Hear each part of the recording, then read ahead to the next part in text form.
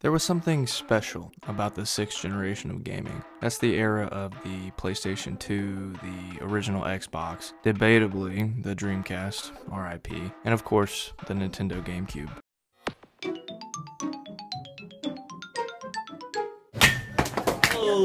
Oh my gosh.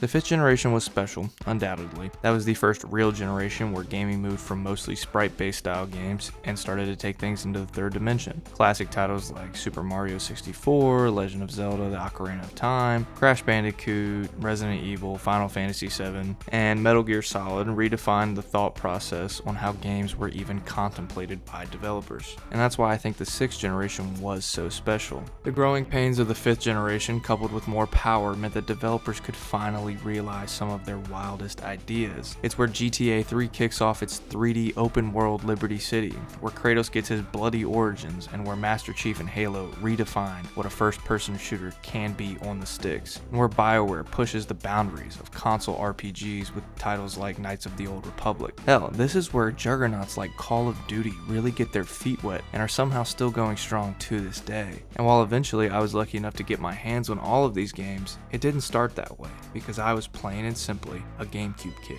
If you were a GameCube kid, you know exactly what I mean by that too. It means you were poor. But while Sony was taking over the world with the PS2 and their genius move to allow it to read and play DVDs, Nintendo were just trying to claw back into the game by any means necessary. My first ever console was a Sega Genesis that was handed down from my grandparents. It had Sonic 2 and some other games we grabbed from a bargain bin at GameStop, and I played that thing religiously. Our controllers didn't always register inputs, and the old TV it was hooked up to had scan lines for days, but it was gaming, and I loved it. I knew there were other consoles out there though, superior ones. I remember going by friends' houses and seeing the OG PlayStation or a Nintendo 64.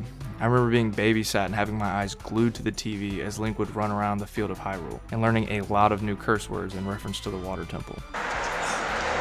And it just so happens that in September of 2003, Nintendo did something radical and something we may never see again. They took the price of the GameCube down to $99, and that was just enough for my mom to pull the trigger. So Christmas morning, I remember opening that box and seeing it in all of its cubular glory, a silver GameCube with a silver controller, bundled with Mario Kart Double Dash.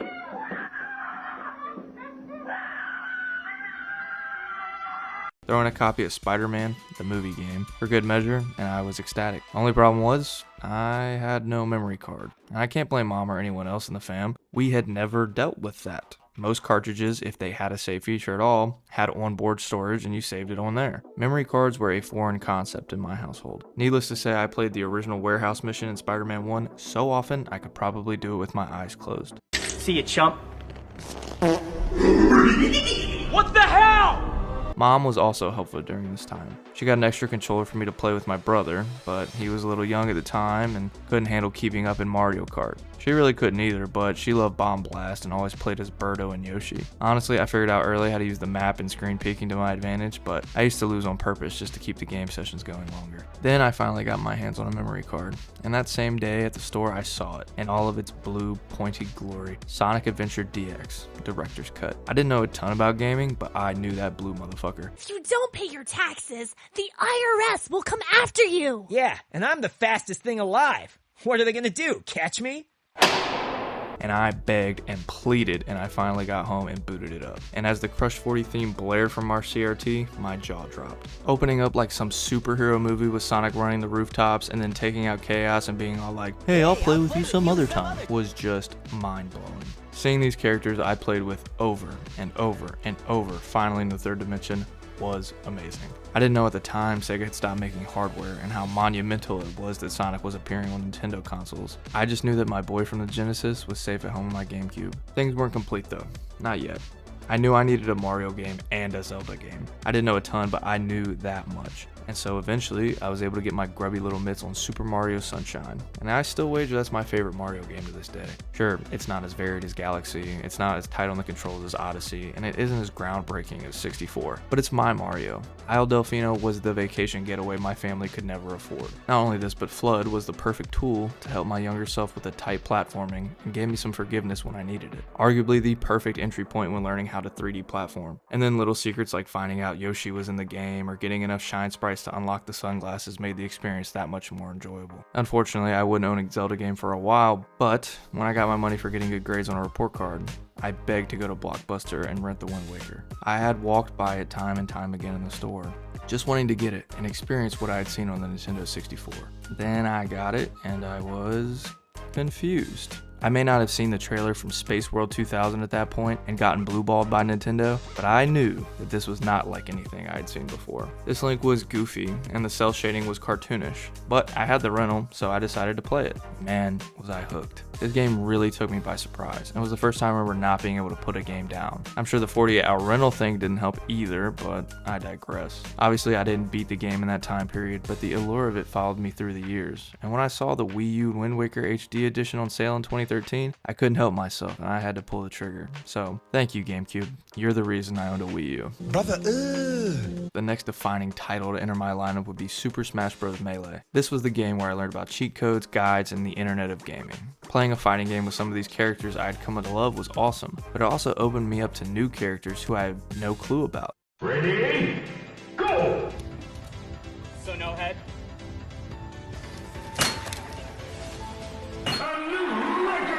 Samus before I had played the Metroid games, Marth and Roy before I even knew what Fire Emblem was, and Sheik, who had never gotten far enough in Ocarina of Time to figure out the origin of. But none of that compared to when I had a friend show me Mewtwo. I loved Pokemon. Still do. Got a video on it. Check it out. And while I may have started on Ruby in Gen 3, I had seen the Pokemon movie a lot. So when I knew Mewtwo was in the game, I would not stop until I got him. But I had zero clue what to do. So I decided to turn to the internet. And here's what those demons at HAL Laboratories cooked up for me to have to get my sweet baby boy. 20 fucking hours of combined versus playtime, or just 700 measly matches to get the opportunity to even fight him. But I wasn't going down that easy.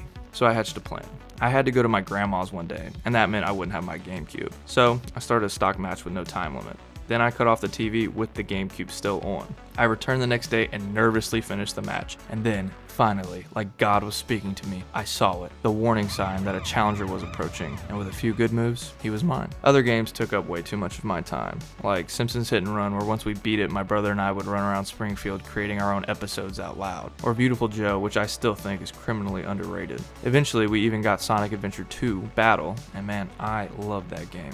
Man, fuck the police. But more so, I loved the Chow Garden. I remember spending hours just trying to unlock both the light and dark chows and seeing the new worlds they unlock. And just buzzing through levels and acts to get more drives or animals to get back into the garden. Had City Escape's level layout put to memory by the time I was finished. I did miss out on one title I would go on to love, but man, I wish I could have played it day one. And that was Resident Evil 4. My first experience on RE4 was on a Sony console, but I know that one had to make GameCube owners feel pretty damn awesome. One of my favorite things about being a GameCube kid though, was that a lot of people I knew had other consoles. And Nintendo put a handle on that sucker for a reason. So I enjoyed just being able to take it with me to friends' houses and play endless rounds of Smash Bros, Mario Kart, or SA2. And then vice versa, hop on one of their consoles and experience Halo 2 and riding around Blood Gulch making our own Red vs. Blue stories until 4 a.m. I was lucky enough to have a great uncle who owned a pawn shop, and so eventually I did get a PS2 for my grandpa, and it had to stay at their house, which was honestly fine by me because my grandpa let me play it all. I had God of War, Hitman 2, Battlefront 2, and Jak and Daxter, and that was just the opening lineup. But I always had my trusty GameCube at home,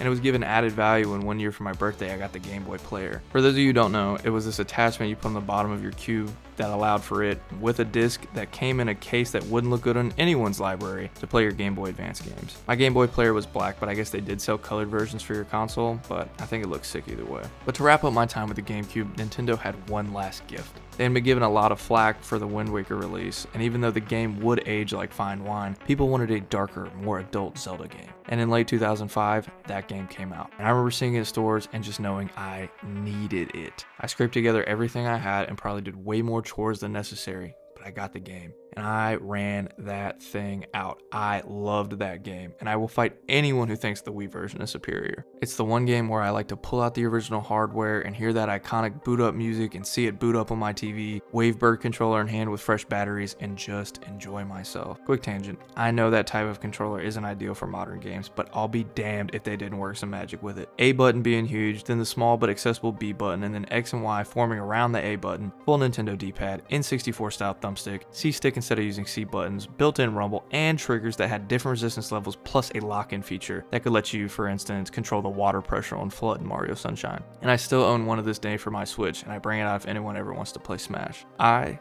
was a GameCube kid. We had our own games. We didn't have the most popular ones like GTA or Halo, but the games we did have made us that much tighter with the other GameCube kids. Our console had a handle on it so we could take it with us to make memories. It didn't just sit under the TV. It had 4 controller ports so we could all play Mario Kart, and we didn't need an adapter to do it. I'd wager to say that the kids that grew up on the GameCube are still Nintendo fans to this day. Sure, I've had other consoles. I love my 360 so much, and I've owned every PlayStation since the second one, but I've also owned every Nintendo console since the GameCube, because at my core, I still love the wonder of seeing what Mario is up to, or the feeling of seeing what new iteration of Hyrule is handed down to us, or that little bit of nostalgia I get every time I play Smash or Mario Kart. I was a GameCube kid, and I am so grateful I was. Otherwise, who knows?